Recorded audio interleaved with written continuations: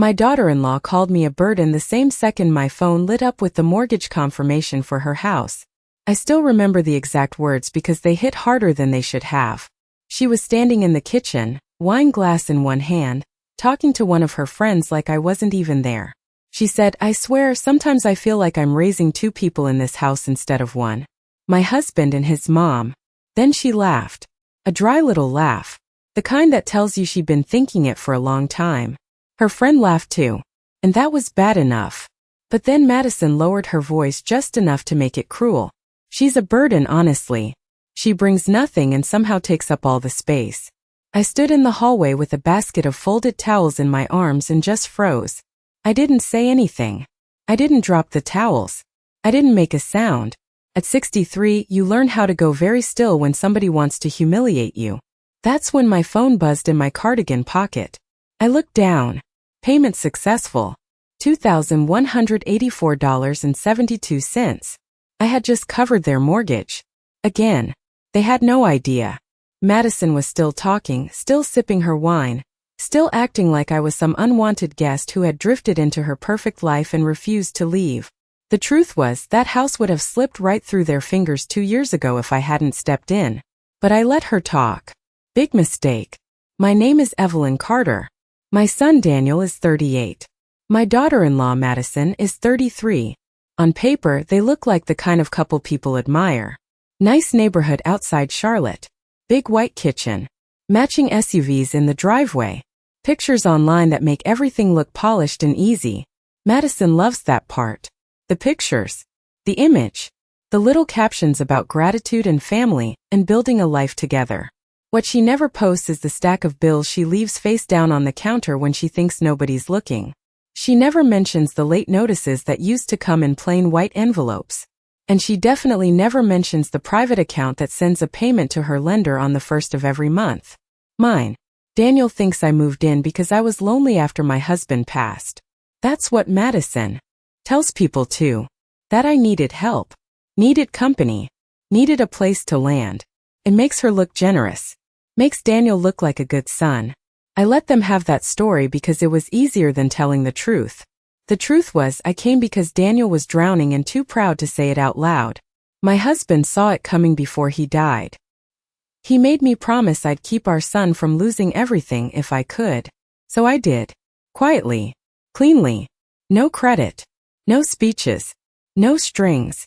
I paid through a trust manager so the money couldn't be traced back to me easily. I thought I was protecting my son's pride. I thought I was helping them get back on their feet. Instead, I gave Madison the chance to mistake my silence for weakness.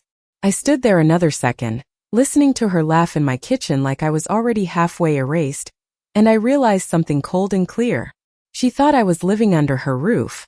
She had no idea she was standing under mine. That night, I carried the folded towels upstairs, set them neatly at the end of my bed, and sat down in the little guest room Madison liked to call my suite whenever company came over. It was not a suite. It was a spare bedroom with pale gray walls, one narrow window facing the side yard, and a dresser with a drawer that stuck every time the weather turned humid. But I kept it tidy. I kept everything tidy. That was another thing Madison took for granted. The clean kitchen. The fresh hand towels. The groceries that somehow stretched farther than they should have. The fact that there was always gas in Daniel's car when he forgot to fill it up before work. She liked to talk about everything she managed, but half the time she was standing on support she never even noticed. I sat there in the quiet and looked at my phone again. Payment successful. Same lender. Same amount. Same anonymous transfer route through the trust manager in Raleigh. I should have felt proud that I had kept my promise another month. Instead I felt tired. The kind of tired that settles in your chest and makes you wonder when being useful started costing you your dignity. Downstairs I could still hear Madison's voice floating up through the vent. Cheerful now. Light. She had already moved on from what she said about me because cruelty lands differently when you are not the one carrying it. Daniel came up about 20 minutes later.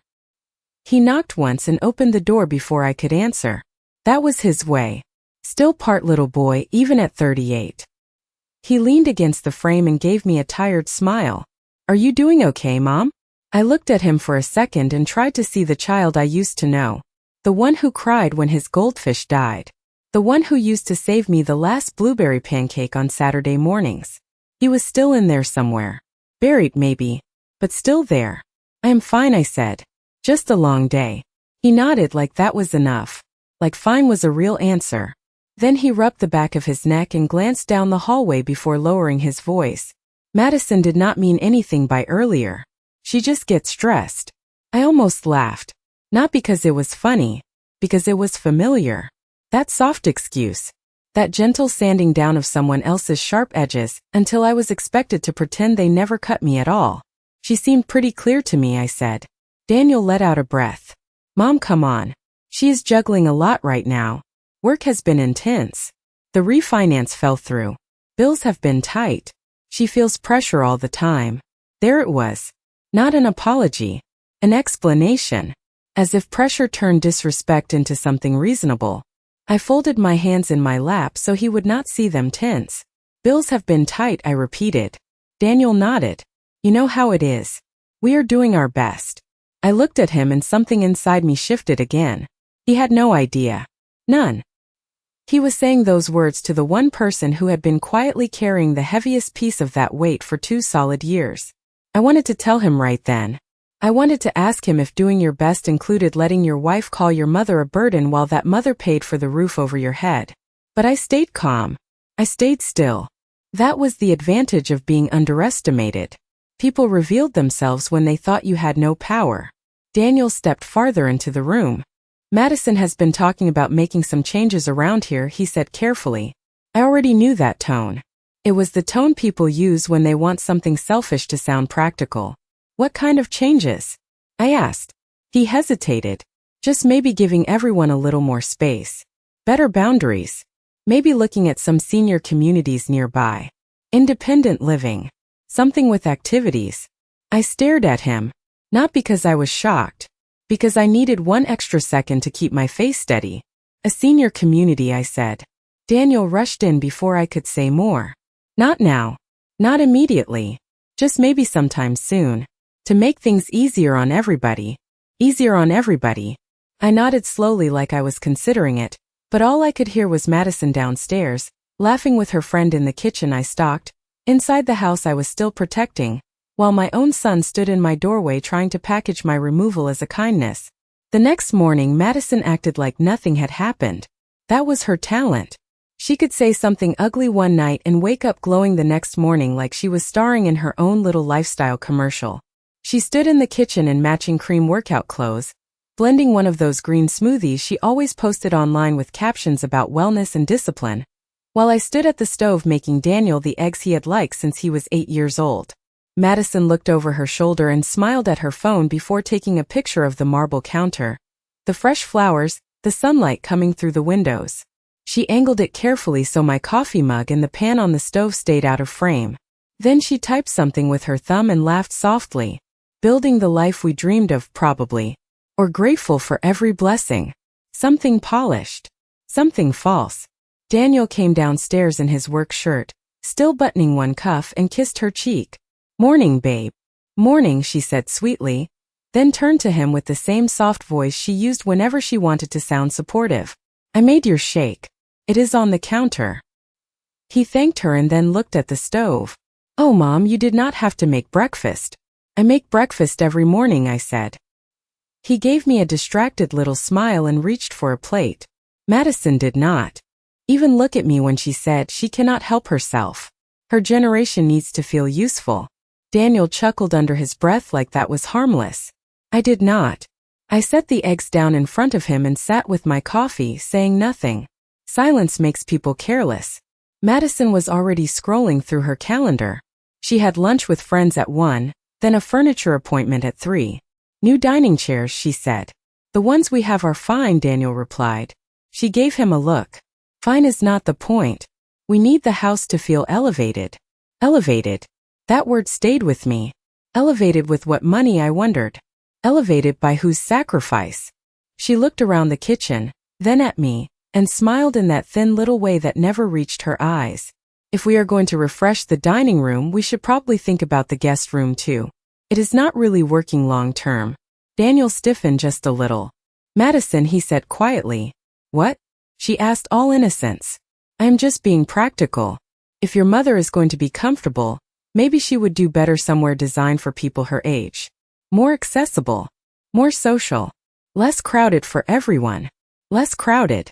I wrapped both hands around my coffee mug to keep them steady. There were only 3 of us in a 4-bedroom house, and somehow I was still the one taking up too much space. Daniel did not defend me. Not really. He just muttered, we will talk about it later, and that was enough for Madison. She had planted the idea again. Watered it. Let it sit. Then she brightened and switched topics so fast it almost made me dizzy. Oh, and do not forget, my friends are coming by Friday night. Just a few people. I want everything to look nice. Her eyes flicked toward me. Maybe keep your things upstairs that evening. My things. I wanted to ask which things.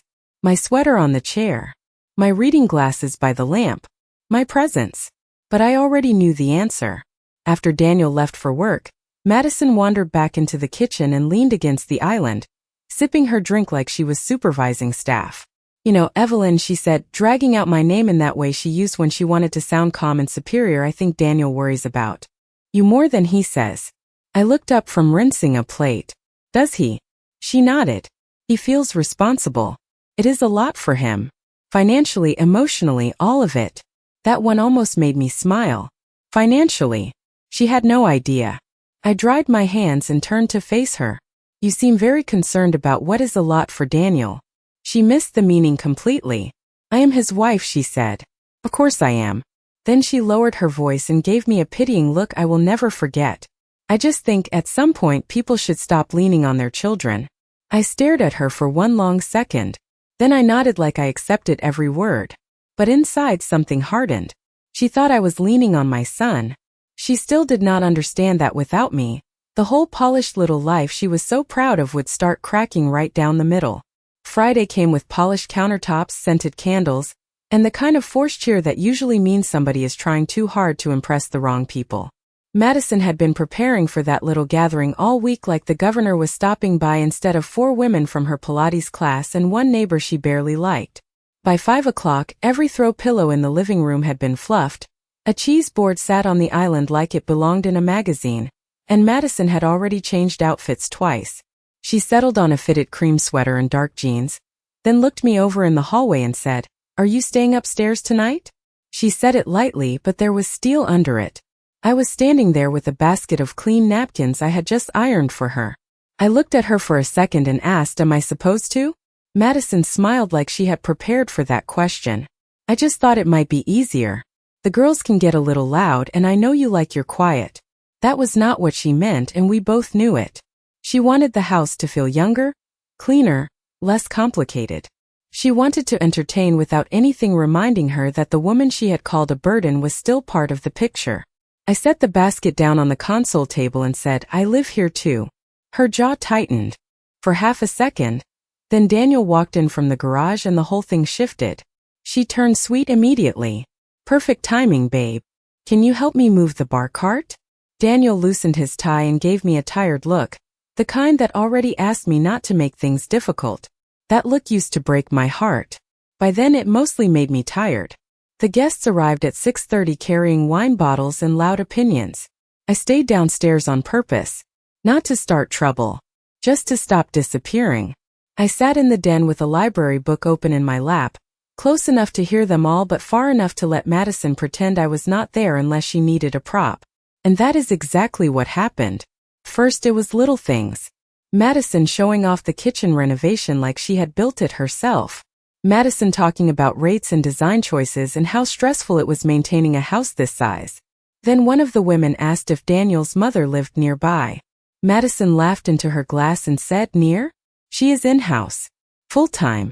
Another little burst of laughter. My fingers tightened around the book. Somebody said, "That must be an adjustment." Madison sighed like a martyr. It is not ideal, but family is family. Daniel feels this huge sense of duty. You know how men are with guilt. I heard every word. So did Daniel. He was standing right there near the island, opening a bottle of sparkling water, and he did not say one thing. Not one. The woman by the sink lowered her voice, but not enough. "Does she help out at least?" Madison laughed again. And this time there was no softness at all. Help out. She folds towels and hovers. Mostly she just takes up emotional square footage. The room filled with that awkward kind of laughter people use when they know something is mean but they still want to belong. I looked up then. Straight through the doorway. Daniel saw me first. For 1 second his whole face changed. Guilt. Panic. Recognition. He knew I had heard. Madison turned, followed his eyes, and froze with her wine glass halfway to her mouth. Nobody spoke. I closed my book, set it beside me, and stood up slowly. I thought Daniel might finally say something. Defend me. Apologize. Anything. Instead he did what he had been doing for months. He tried to smooth it over. Mom, he said, his voice too quick, they are just joking around. Joking around. I looked at him, then at her, then at the women standing in my kitchen eating off the board I arranged with groceries I bought last Tuesday when Madison said money was tight again. I could feel something final settling into place. Madison lifted her chin and gave me that small practiced smile. You know, nobody means anything by it, Evelyn. That was the moment I stopped hoping for decency. Hope is dangerous when people benefit from your silence. I smiled back. Small. Calm. Cold. Then I said, of course. Why would I take it personally? Madison relaxed. Daniel exhaled. Her friends looked relieved. They thought the moment had passed. They thought I would do what I had always done. Stay quiet. Keep the peace. Keep paying. Big mistake. After the guests left, the house went quiet in that strange, tense way it does after people have laughed too hard and said too much. Glasses sat in the sink. Candle wax had cooled on the dining table. A half-eaten wedge of brie was still sweating on the board. Madison disappeared upstairs without a word, probably to text her friends and pretend the evening had gone perfectly. Daniel stayed behind in the kitchen, loading plates into the dishwasher with more force than necessary. I stood at the counter drying a serving tray I had no business cleaning after what I had just heard, but old habits die hard. Daniel did not look at me when he said, "You did not have to make that awkward." I set the tray down slowly. I did not have to make that awkward. I repeated it because sometimes people need to hear their own words back. He finally looked up then, annoyed and tired and already halfway committed to defending the wrong person. You know what I mean, Mom. Madison was trying to host. Her friends were here. Things got out of hand. Out of hand. Like disrespect was some spilled drink that could be wiped away with the right towel. I folded the dishcloth once. Careful. Neat. Your wife called me a burden in front of a room full of people, I said. Daniel dragged a hand over his face. She was venting. She did not mean it literally. That was when I realized something worse than Madison's cruelty. Daniel had started translating it for her. Softening it, making it survivable for himself so he would not have to admit what kind of woman he had married or what kind of son he was becoming. I wanted to tell him the truth then. I wanted to ask him whether a burden is what he calls the person who stepped in when he was 36, unemployed, and 3 payments away from losing this house. I remembered that season with painful clarity. Daniel had lost his regional sales job and lied about it for 6 weeks. Madison kept spending like the severance would last forever. New patio furniture. A weekend in Charleston. A birthday party for herself with rented linens and a photographer. Then the notices started coming. Final notice. Urgent response requested. Default pending if payment not received within 10 business days. I had found one of the envelopes crumpled under a stack of takeout menus in the mudroom drawer. Daniel cried that night. Quietly. Embarrassed. He sat at this same kitchen table with his head in his hands and said he just needed time. Madison did not cry. She was angry. Angry at the bank. Angry at the economy. Angry that Daniel had not fixed it sooner. Not once did she suggest cutting back. Not once did she say maybe we should sell something or simplify. She only kept saying we cannot lose this house. People would know. That told me everything about her. So I made a call the next morning to a trust manager I had worked with years earlier when my husband was alive. I structured the first payment anonymously, then another, then another. I paid the delinquent amount, the late fees, and the monthly mortgage after that. Quietly. No thank you. No repayment plan. Just a promise to my late husband that our son would not watch his life collapse if I could stop it. 2 years of that. 24 monthly payments. A little over $52,000, not counting the default fees I covered at the start. And the whole time Madison carried herself like she was the one holding everything together. Daniel closed the dishwasher and let out a sharp breath. Mom, can we not do this tonight? I looked at him and felt that old ache again. The one that comes when love and disappointment sit in the same chair. We are already doing it, I said quietly. You just keep pretending we are not. He stared at me, confused by the calm in my voice. He was waiting for tears. Or anger. Something he could dismiss. I gave him neither.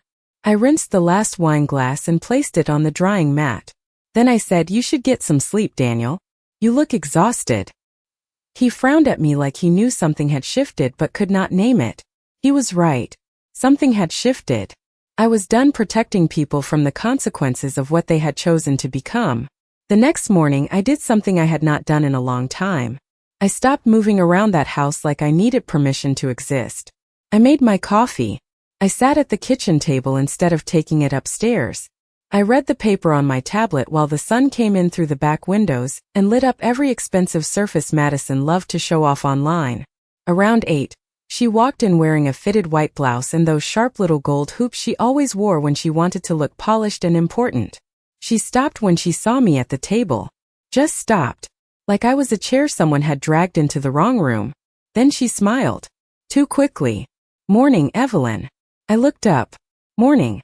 She opened the refrigerator, moved things around for no real reason, then said, I was thinking more about what we talked about. We did not talk, I said. You talked. She shut the refrigerator door a little harder than necessary. Fine. Then I was thinking more about what I said. Daniel and I need to make some decisions soon. About space. About finances. About what makes sense long term. I nodded once and took another sip of coffee. She hated that. Calm made her reckless. She crossed her arms and leaned against the island. This situation is not sustainable. Situation. That was what I had become. Not family. Not Daniel's mother. A situation. I asked what exactly is not sustainable. Her eyes narrowed just a little. 3 adults under one roof. Different routines. Different expectations.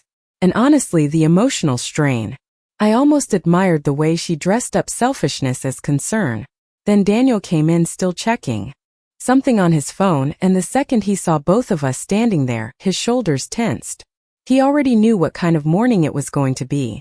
Madison turned to him right away. Perfect. We should just talk now. Daniel looked from her to me and sighed. Mom, Madison and I think it might be time to come up with a transition plan. A transition plan. I repeated it in my head because I wanted to be sure I had heard my own son correctly. Madison rushed in before he could soften it. Nothing abrupt.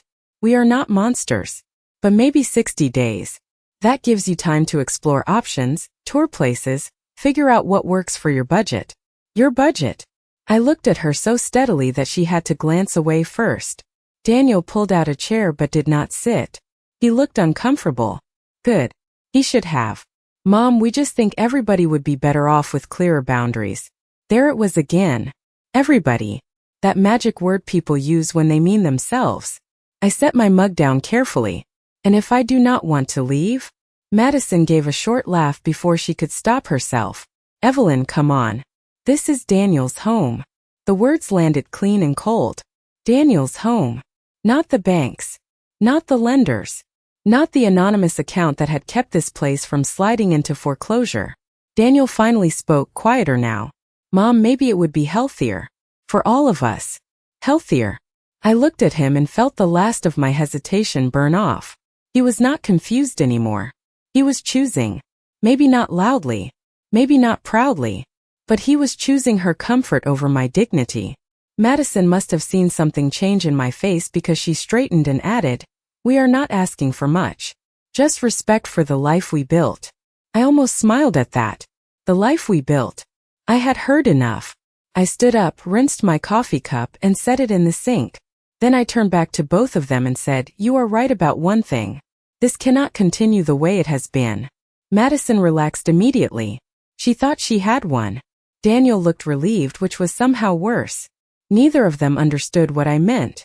Neither of them knew that before noon, I was going to make one. phone call and remove the invisible support holding up their perfect little life. At 11:15 I took my purse, drove 3 miles to a quiet branch office in Raleigh, and sat in the parking lot for a full minute before I went inside. Not because I was unsure, because I wanted to feel the weight of the choice before I made it. 2 years earlier, when I set up the anonymous payment structure through the trust manager, I told myself it was temporary. Just enough to help Daniel recover. Just enough to keep the house stable while they found their footing. I did not expect gratitude. I did not even expect acknowledgement. But I had expected basic decency. That was my mistake. The office was cool and quiet, all beige carpet and soft music, with framed watercolor prints on the walls and a receptionist who offered me bottled water in a voice so polite it almost hurt. I asked for Linda Mercer, the trust manager who had handled every mortgage transfer for the past 24 months. She came out a minute later in a navy blazer, her silver hair pinned back neatly, and gave me a look that said she understood serious conversations before they started. "Evelyn," she said, "good to see you." We sat in her office and she opened my file before I even had to explain. The tabs were all there. Account history, transfer authorizations, emergency delinquency cure documents from the first month, lender routing details, every silent rescue, neatly recorded in black and white. Linda folded her hands and asked, "How would you like to proceed?"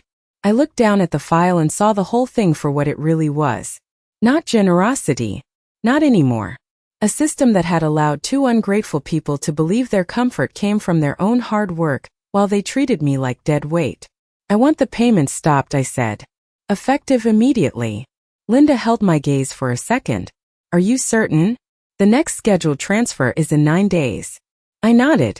"I am certain." She did not ask me why. Professional people know when the reasons are personal. She simply turned the file toward herself and made a note. "We can terminate the recurring instruction today. No future payments will be sent to the lender from the trust." I let out a breath I did not realize I had been holding. Then I said, "I need copies of everything. Every transfer. Every authorization. Every notice from the first default period. Anything that shows the house would have gone into foreclosure if the trust had not intervened." Linda gave the smallest nod.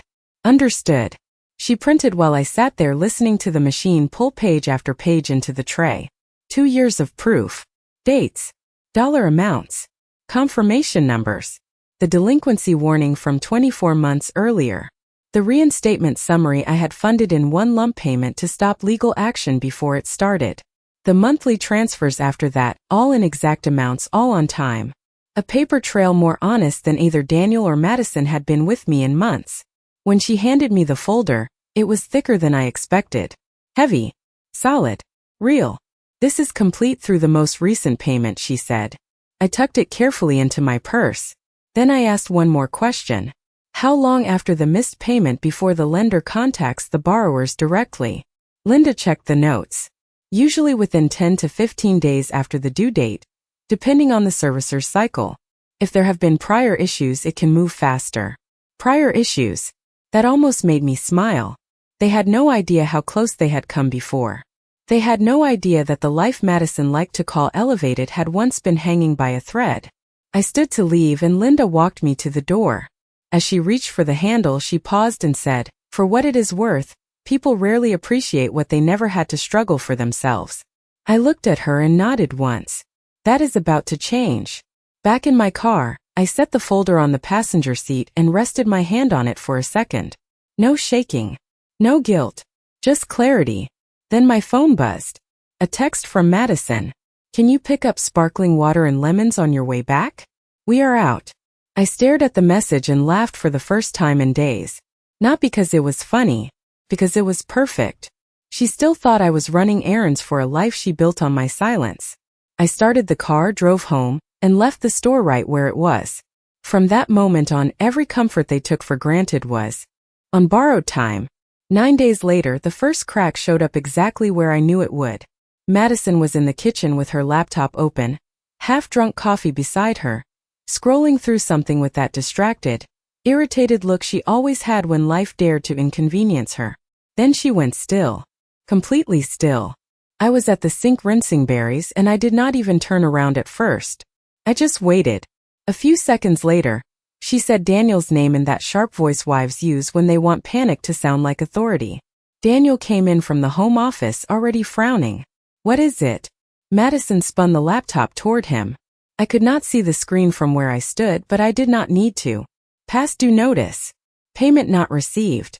Possible late fee. A lender does not have to shout to make people sweat. Daniel stared at the screen. That cannot be right. Madison was already talking too fast. I paid the utilities. I paid the cards. I paid the insurance. Why is this saying the mortgage is overdue? Daniel looked confused in a way that would have been almost funny if it had not been so pathetic. I thought it was on autopay. Madison snapped back. It was, I think. Or maybe you changed something when we refinanced. I did not move. I just dried my hands and set the towel down. The room felt tight all at once. Then Madison noticed me watching and straightened. Evelyn, did you see any mail from the lender this week? I met her eyes. No. Daniel ran a hand through his hair and looked at the screen again. There has to be a mistake. Call them. Madison already was.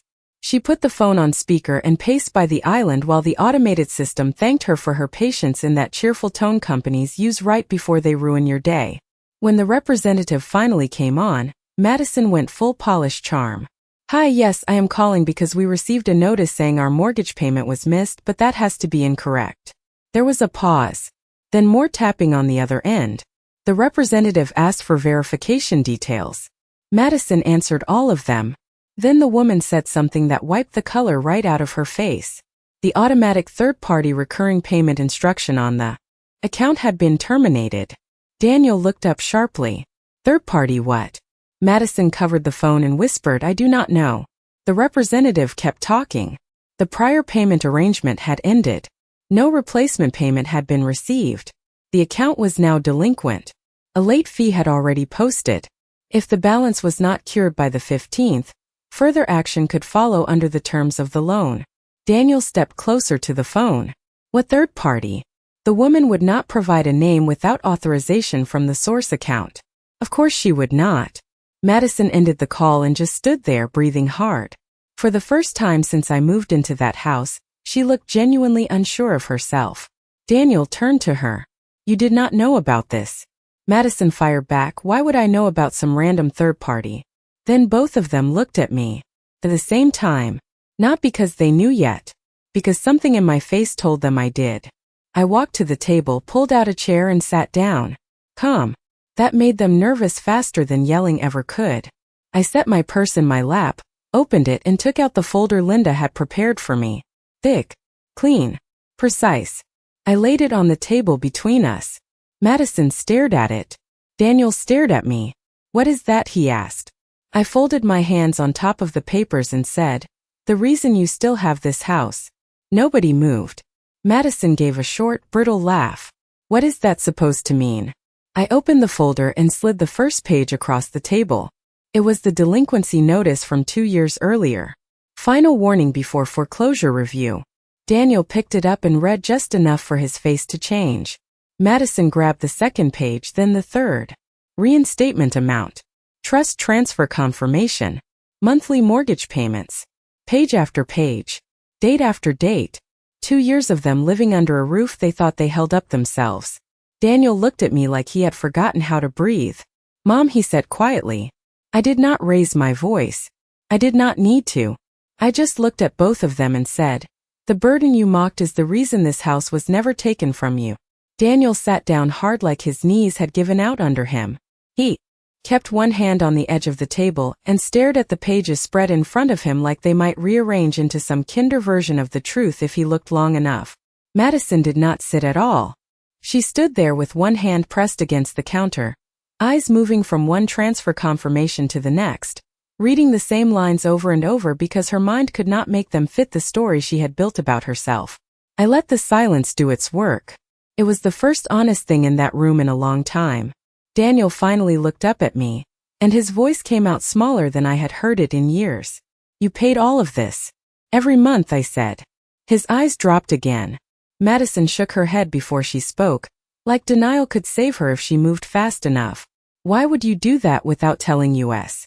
I looked at her and almost smiled. That was the question she chose. Not thank you.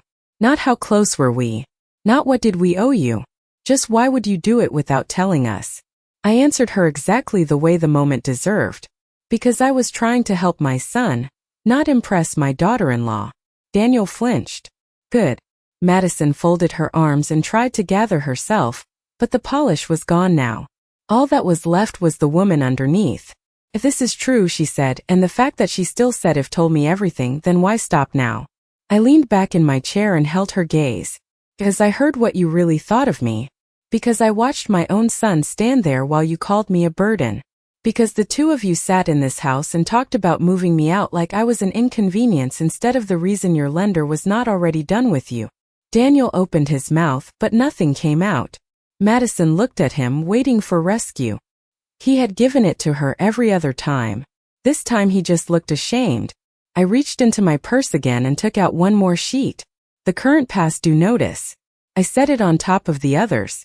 This is yours now, I said. All of it is. The mortgage. The late fees. The pressure. The consequences. Madison's voice sharpened. You cannot just drop this on us. I almost laughed. I have been carrying it for 2 years and you are upset because you had to hold it for 2 minutes. Daniel pushed his chair back and stood up, but he still could not quite meet my eyes. Mom, I did not know. I know you did not know, I said. That is the only reason I am still sitting here talking to you. But you knew enough. You knew how she spoke to me. You knew what was happening in this house.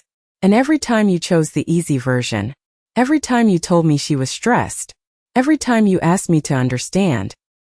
He closed his eyes for a second, and when he opened them, they were wet. I should have stopped it. Yes, you should have, I said. Madison let out a bitter breath and grabbed the edge of the folder. So what now? You just want to punish us. No, I said. Punishment would have been letting the foreclosure happen 2 years ago. This is called reality. I stood up then, calm as ever, and that seemed to rattle them more than anything else. I had already packed the important things that morning. My clothes. My documents. My husband's watch. The framed photo of Daniel at age 10 before life and weakness got mixed up inside him. I picked up my purse and stepped away from the table. Daniel looked panicked all over again. Wait, where are you going? Somewhere peaceful, I said. I rented a small furnished condo across town for 6 months. I paid for it myself. Madison stared at me. You planned this. I looked right at her. No.